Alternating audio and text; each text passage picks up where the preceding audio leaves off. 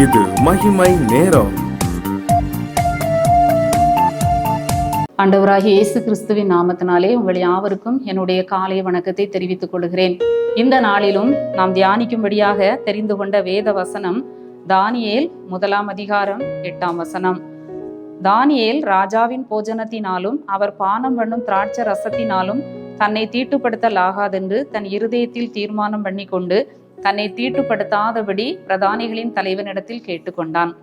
தானியேல் ராஜா பானம் பண்ணும் திராட்சை ரசத்தினாலும் போஜனத்தினாலும் தன்னை தீட்டுப்படுத்தலாகாதென்று தன் இருதயத்தில் தீர்மானம் பண்ணினான் என்று சொல்லி நாம் பார்க்கிறோம்.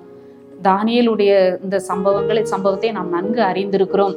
இந்த தானியேல் இஸ்ரவேல் தேசத்தில் இருந்து பாபிலோனுக்கு சிறைபிடித்து கொண்டு போகப்பட்ட சூழ்நிலை. ராஜகுலமான மக்கள், பிரபுக்கள், அழகானவர்கள் எல்லாரையும் அந்த நேபுகாத் நேச்சார் எருசலேமில் இருந்து சிறைபிடித்து பாபிலோனுக்கு கொண்டு செல்கிறார். இப்பொழுது அங்கே தானியேல் ஒரு அடிமையாக பாபிலோன் தேசத்திலே, ஒரு சிறையிருப்பின் தேசத்திலே இருக்கிறதை நாம் பார்க்கிறோம்.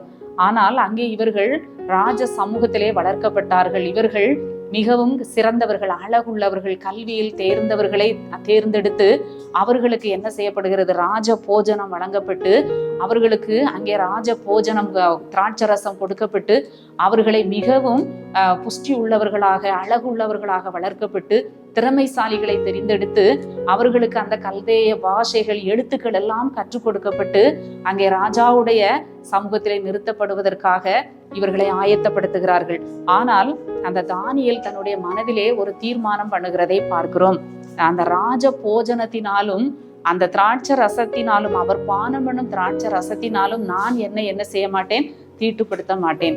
ராஜ சாப்பாடு, ராஜ போஜனம், அது விலையேற பெற்றது, அது மிகவும் கொழுமையான ஒரு போஜனம். அப்படி இருந்தும் கூட அந்த தானியேல் என்ன செய்கிறான்? அந்த மனதிலே தீர்மானம் பண்ணுகிறான். ஒருவேளை அது விக்கிரகங்களுக்கு படைக்கப்பட்டதாக இருக்கலாம், அது தீட்டுள்ள ஒரு போஜனமாக இருக்கலாம். நான் அதனால் என்னை தீட்டுப்படுத்த மாட்டேன், நான் அந்த போஜனத்தை புசிக்க மாட்டேன் என்று சொல்லி தன் உள்ளத்திலே ஒரு தீர்மானம் பண்ணுகிறதை நாம் பார்க்கிறோம்.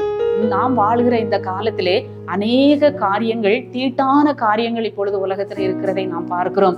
எங்கு பார்த்தாலும் தேவனை துக்கப்படுத்துகிற காரியங்கள், தேவனுக்கு பிரியமில்லாத காரியங்கள் நம்மை சுற்றி நிற்கிறதை நாம் பார்க்கிறோம். எதை எடுத்தாலும், எங்கு பார்த்தாலும் தேவனுக்கு பிரியமில்லாத காரியங்கள் இந்த உலகத்திலே நடைபெற்று கொண்டிருக்கிறது. ஆனால் ஆண்டவருடைய பிள்ளைகளாகிய நானும் நீங்களும் தீட்டான காரியங்களுக்கு, அசுத்தமான காரியங்களுக்கு, தேவனுக்கு பிரியமில்லாத காரியங்களுக்கு நாம் விலகி இருக்க வேண்டும் என்று சொல்லி ஆண்டவர் விரும்புகிறார். தானியேலுடைய சூழ்நிலை ஒரு கடினமான சூழ்நிலை. ராஜா உத்தரவு போட்டிருக்கிறார், ராஜ கட்டளையை மீறக்கூடாது. அங்கே அந்த பிரதானிகளின் தலைவனிடத்திலே அவன் என்ன செய்கிறான்? வேண்டிக் கொள்ளுகிறான். அந்த பிரதானிகளின் தலைவன் கண்கள் அவனுக்கு தயவு கிடைக்கிறது. அவன் இவர்களை சோதித்து பார்க்கிறான். பருப்பு முதலான மரக்கறிகளை கொடுக்கிறான். சாப்பிடுவதற்கு வெறும் தண்ணீரை மாத்திரம் குடிக்கிறார்கள். ஆனால் அவர்களுடைய முகங்கள் பார்க்கிறோம். 15 வசனத்திலே 10 நாள் சென்ற பின்பு ராஜ போஜனத்தை புசித்த எல்லா வாலிபரை பார்க்கிலும் அவர்கள் முகம் களையுள்ளதாகவும் சரீரம் புஷ்டியுள்ளதாகவும் காணப்பட்டது. ஆம், நம்முடைய ஒவ்வொரு கிரியைகளையும், தேவனுக்காக நாம் எடுக்கிற ஒவ்வொரு வைராக்கியமான காரியங்களையும் தேவன் கனம் பண்ணுகிறார். நாம் எந்த அளவுக்கு தேவன் பேரில் விசுவாசம், அன்பு வைத்திருக்கிறோம், பரிசுத்தத்திற்கு முக்கியத்துவம் கொடுக்கிறோம், நாம் எடுத்த தீர்மானத்தில் நாம் எவ்வளவு உறுதியாக இருக்கிறோமோ ஆண்டவர் அந்த அளவிற்கு நம்மை கனம் பண்ணுகிறதை நாம் பார்க்கிறோம். மட்டுமல்ல, தானியேலை சகல தரிசனங்களையும் சொப்பனங்களையும் அறியத்தக்க அறிவுள்ளவன் ஆக்கினார். ஆம், நாம் இந்த காலங்களிலே வாலிபர்கள் மற்றும் யாராக இருந்தாலும் சரி, நாம் ஒரு தீர்மானம் எடுக்க வேண்டும். இந்த காட்சிகளை பார்ப்பதற்கு என் கண்களை நான் அனுமதிக்க மாட்டேன். என் நேரத்தை நான் இப்படி வீணாக செலவழிக்க நான் அனுமதிக்க மாட்டேன். நான் இந்த போஜனத்தை நான் சாப்பிட மாட்டேன். நான் இந்த பானத்தை குடிக்க மாட்டேன். நாம் தீட்டான காரியங்களுக்கு விலகி இருக்கிற பொழுது ஆண்டவர் நம்மை கனம் பண்ணுகிற தேவனாக இருக்கிறார். ஒருவேளை சூழ்நிலைகள் கடினமான சூழ்நிலைகளாக இருக்கலாம்.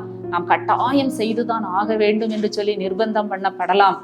ஆனாலும் கூட அந்த சூழ்நிலையிலும் கூட தீர்மானத்தில் உறுதியாக இருக்கும்போது நண்பர்கள் கட்டாயப்படுத்தலாம், இல்லாவிட்டால் மேலதிகாரிகள் நம்மை பலவந்தம் பண்ணலாம். நான் இதை செய்துதான் ஆக வேண்டும், இல்லாவிட்டால் எனக்கு என்ன வேலையை விட்டே நீக்கிடுவாங்க, இல்லாவிட்டால் எனக்கு இப்படி ஒரு கஷ்டம் வரும் என்றெல்லாம் நாம் சாக்கு போக்கு சொல்லவே முடியாது.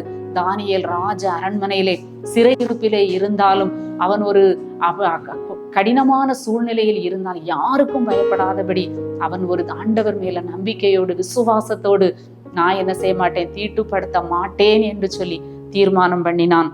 அந்த தீர்மானத்திலே அவன் உறுதியாக இருந்தான். இன்னும் கூட அந்த தானியேலை குறித்து நாம பார்க்கிற பொழுது, அந்த தானியேல் 6ஆம் அதிகாரத்திலே அங்கே அந்த ராஜா ஒரு பெரிய சிலையை செய்து அந்த சிலையை வணங்க வேண்டும் என்று சொல்லி உத்தரவு போடுகிறார். ஆனாலும் அந்த தானியேல் என்ன செய்கிறார், சிங்க கபிலே தூக்கி போடப்படுகின்ற சூழ்நிலை வந்த போதிலும் அவர் உறுதியாக இருக்கிறார். நம்ம வாசிக்கிறோம், நீ இடைவிடாமல் ஆராதிக்கிற உன் தேவன் உன்னை தப்புவிப்பார். நான் இடைவிடாமல் ஆராதிக்கிற என் தேவன் என்னை தப்புவிக்க வல்லவராய் இருக்கிறார். ஒருவேளை அவர் என்னை தப்புவிக்காமல் போனாலும் நான் இந்த சிலையை என்ன செய்ய மாட்டேன், வணங்க மாட்டேன். தன்னுடைய தீர்மானத்திலே யெகோவா தேவனை தவிர நான் வேறு யாரையும் எதையும் வணங்க மாட்டேன் என்று சொல்லி தீர்மானமாக இருக்கிறதை பார்க்கிறோம். காலத்துக்கு தகுந்தாற் போல, இடத்துக்கு தகுந்தாற் போல, சூழ்நிலைக்கு தகுந்தாற் போல மாறுவது கிறிஸ்தவ வாழ்க்கை அல்ல. நமக்கென்று கர்த்தர் என்ன இந்த வேதத்திலே குறித்து வைத்திருக்கிறாரோ, நமக்கு என்ன கட்டளைகள் கொடுக்கப்பட்டிருக்கிறதோ அதன்படி நாம் வாழும்போது கர்த்தர் நம்மை கனம் பண்ணுகிற தேவனாக இருக்கிறார். ஆண்டவர் நம்மை உயர்த்துகிற தேவனாக இருக்கிறார். சரபோஜி மன்னர், தஞ்சையை ஆளுகிற சரபோஜி மன்னர் காலத்துல அநேக பாடல்கள் பாடி அந்த அவையிலே பாடியவர் வேதநாயகம் சாஸ்திரிகள் என்பதை நாம் அறிந்திருக்கிறோம். அவர் மேல் பொறாமை கொண்ட அநேகர் எப்படியாவது சாஸ்திரியாரை என்ன செய்திடணும், மாட்டி விட்டுறணும்னு சொல்லி அரசர்கிட்ட போய் சொன்னாங்களாம். ராஜாவே, இந்த வேதநாயக சாஸ்திரியார் எப்பொழுதும் அவருடைய கடவுளை பற்றியே தான் பாடுகிறார், அவர் உங்களை பற்றி பாட்டு பாடட்டுமே அப்படின்னு சொல்லி அவரை தூண்டி விடுறாங்க. ராஜாவும் பார்த்தார், சாஸ்திரியாரே, நீர் இனிமே உண்மை கடவுளை பற்றி பாடுவதை நிறுத்திவிட்டு என்னை புகழ்ந்து பாடும் என்று சொல்லி ராஜா கூறுகிறார். சாஸ்திரியார் புலம்பி போகிறார். அவருடைய ஏழை குடும்பம் அவருடைய கண்முன் வந்து நிற்கிறது. அப்பொழுது அவர் தேவனை மட்டும் நான் பாடுவேன், எந்த மனுஷனையும் நான் புகழ்ந்து பாட மாட்டேன் என்று சொல்லி சாஸ்திரியார் தீர்மானம் எடுத்திருந்தார்.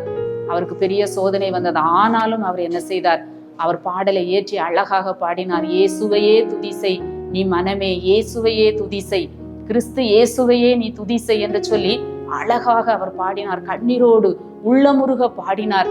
அந்த பாடல், அந்த வரிகள் அந்த ராஜாவை அசைத்தது. அந்த ராஜா, அவருடைய உள்ளம் உருகியது.